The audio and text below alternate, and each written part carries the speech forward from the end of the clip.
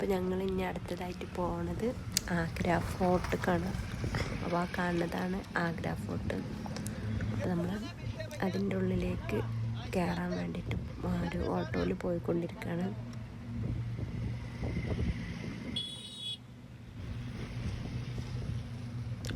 ഒരുപാട് ചുറ്റി വളഞ്ഞ് ഫുള്ള് ഒരുപാട് സ്ഥലം നിറഞ്ഞ് കിടക്കുകയാണ് ആഗ്ര ഫോർട്ട്. അതങ്ങനെ നമ്മളിപ്പോൾ ഇവിടെ എത്തിയിട്ടുണ്ട്, ആഗ്ര ഫോർട്ടിൽ എത്തിയിട്ടുണ്ട്. പിന്നെ നമുക്കിതിൻ്റെ എൻട്രൻസ് ഫീ എടുത്തതിന് ശേഷം നമുക്ക് ഇതിനുള്ളിൽ കയറാം.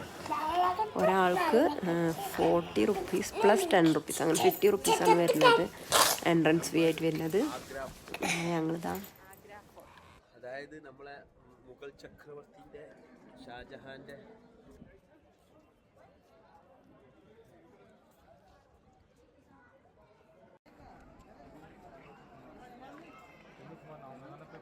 Taj Mahal back side.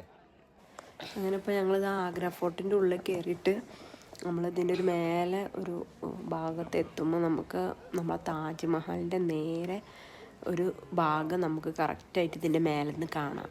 നമ്മുടെ ഷാജഹാൻ ചക്രവർത്തി താജ്മഹലിൻ്റെ പണി നടക്കുമ്പോൾ ഇവിടെ നിന്നിട്ടാണ് അവർ അതിൻ്റെ വർക്കും കാര്യങ്ങളൊക്കെ ഇവിടെ നിന്നാണ് അപ്പോൾ ഇതിൻ്റെ പണിയും കാര്യങ്ങളൊക്കെ ഷാജഹാൻ നോക്കിയിട്ടുണ്ടായിരുന്നത്.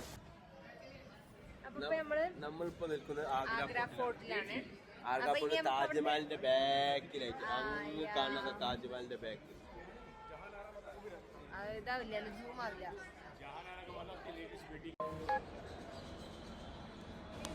അതാ കാണുന്നതാണ് നമ്മുടെ താജ്മഹൽ. നമുക്ക് ഇവിടുന്ന് കുറച്ച് ദൂരമുണ്ട്, പക്ഷെ നമുക്ക് ഇതിങ്ങനെ സൂം ചെയ്ത് നോക്കുമ്പോൾ കാണും. അപ്പോൾ അത് അങ്ങനെ കാണില്ല. ഇതിപ്പോൾ ഞാൻ സൂം ചെയ്തിട്ട് എടുത്ത വീഡിയോ ആണ്.